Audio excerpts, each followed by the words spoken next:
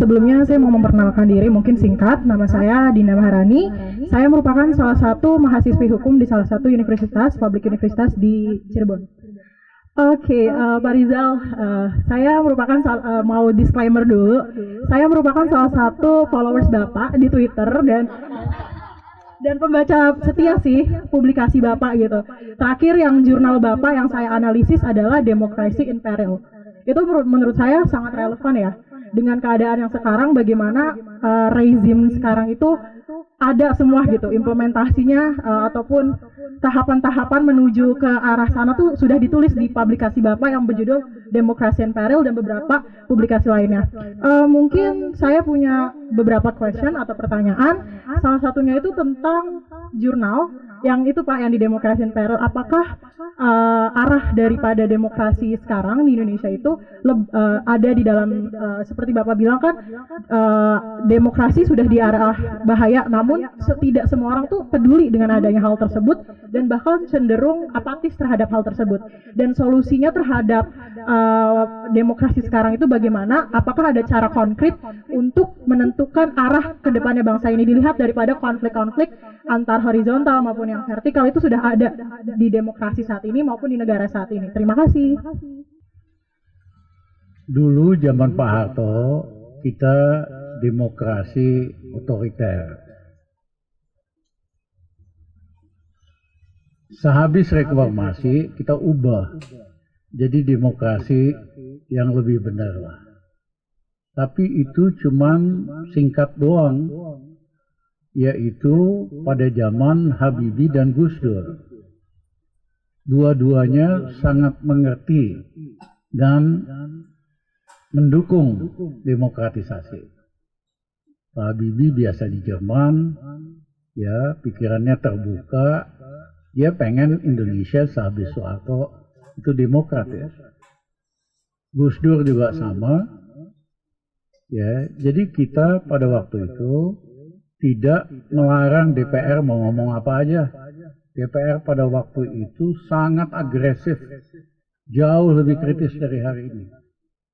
Yang kedua, kita nggak pernah larang pers, jangan beritakan ini, jangan beritakan itu, terserah aja. Kalau bagus ya kita dengar, kalau enggak, emang gue pikirin gitu loh. Ya. Nah, yang ketiga, kita sendiri percaya demokrasi itu penting supaya aspirasi itu bisa keluar semua. Aspirasi rakyat, keinginan rakyat. Bahwa nanti kita sortir mana yang bagus untuk di follow up, mana yang enggak, itu nggak apa-apa. Jadi kita tidak takut dengan demokrasi, kita justru takut dengan sikap otoriter. Nah sayangnya setelah Habibie, setelah Gus Dur, pelan-pelan kembali, makin lama makin kembali ke sistem yang lama. Tidak sekaligus, creeping, kayak orang merangkak pelan-pelan. Satu itu adalah ketua umum partai berhak mengganti anggota DPR setiap saat. Jadi anggota DPR itu, walaupun orang baik misalnya, dia tuh selalu takut dipecat oleh partainya. Zaman Habibie, zaman Gus Dur nggak ada hak ketua partai itu. Anggota DPR hanya bisa dipecat kalau melakukan tindakan kriminal, misalnya korupsi. Lain itu nggak berhak ketua memecat. Nah itulah yang menyebabkan kenapa ada 575 anggota DPR kebanyakan tidur, nggak bunyi dan nggak berfungsi. Karena mereka takut sama ketua umumnya. Nah, ketua umumnya ini disandra dan dikooptasi dengan fasilitas bisnis. Dikasih kredit, dikasih proyek, dikasih macam-macam kesempatan bisnis, dikasih imunitas. Kalau ada kasus hukum, nggak diajuin, asal lu setia sama kita, ikut langkah kita. Mohon maaf, kan ada partai-partai yang mau minta memperpanjang Presiden Jokowi 3 tahun lagi atau 5 tahun lagi. Dari semua ketua umum partai yang minta Jokowi diperpanjang, itu semua ada kasus hukumnya semua. Pada dasarnya, kalau mau pemerintah bisa nangkep mereka dengan segera. Nah, tapi orang-orang ini demi aibnya nggak dibuka, demi dia tidak dihukum, dia mau melawan konstitusi dan melawan amanat reformasi. Presiden itu kan hanya boleh 2 kali setelah reformasi. Undang-undang dasar kita yang direvisi juga presiden hanya boleh 2 kali, nggak ada istilah perpanjangan. Nah, tetapi ketua umum, sebutinlah partainya. Partai apa coba? PKB, apalagi? PAN, apalagi? Golkar. Ya. Jadi dari ketua partai yang mengajukan perpanjangan itu, mereka ada kasus-kasus hukum. Yang tinggal dibuka aja, selesai gitu. Tapi mereka tega-teganya mengkhianati undang-undang dasar atau konstitusi. Tega-teganya melawan kesepakatan reformasi bahwa presiden hanya maksimum 2 kali. Demi agar aib mereka nggak dibuka dan mereka nggak dihukum. Kok bisa harga-harga semua naik, rakyat susah, minta perpanjangan presiden? Mau lebih rusak lagi apa? Mau lebih hancur lagi? Ya.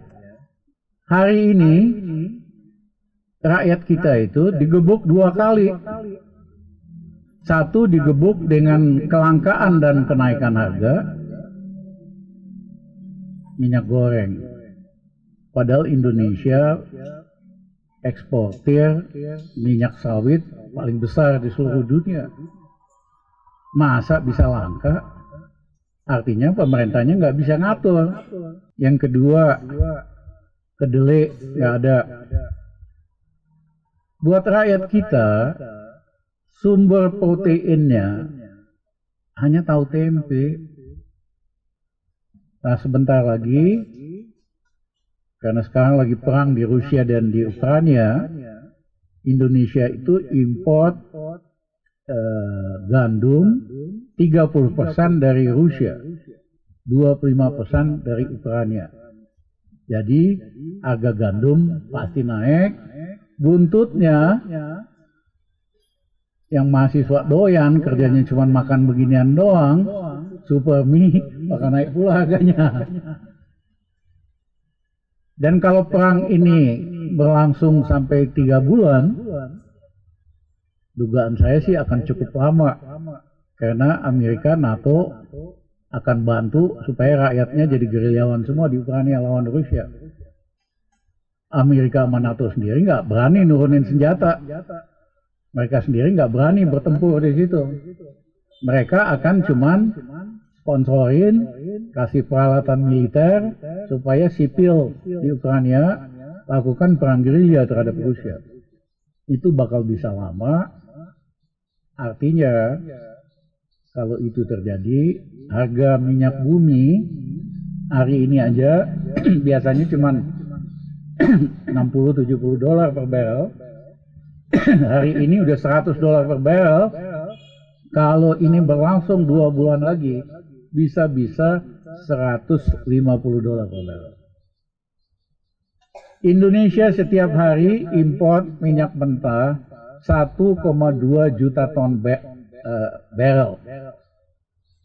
Artinya kalau harganya $150 per barrel, Indonesia perlu nyediain uang cash tunai dalam dolar $175 juta satu hari. Kalau itu terjadi, Pertamina pasti nggak sanggup. Buntutnya, ngantrinya nanti bukan ngantri minyak goreng doang, tapi juga ngantri BBM. Ini kok kembali lagi zaman akhir dari Soekarno. 65 semua ngantri mau beli apa aja ngantri, balik lagi. Ya, dan ini kemungkinan akan terjadi. Pemerintahnya nggak bisa apa-apa, tidak punya kemampuan. Menteri Perdagangan yang mengatakan harga kedelai mahal di Indonesia karena di babi di Cina jumlahnya 5 miliar dan makan kedelai semua. Ternyata babi di Cina nggak sampai 5 miliar, cuman 420 juta. Itu aja kagak ngerti. Yang kedua, babi itu makan ampas kedelai, bukan makan kedelai gitu loh. Jadi ada menteri bisa ngejawab ngasal begitu. Belum yang lain-lainnya lah.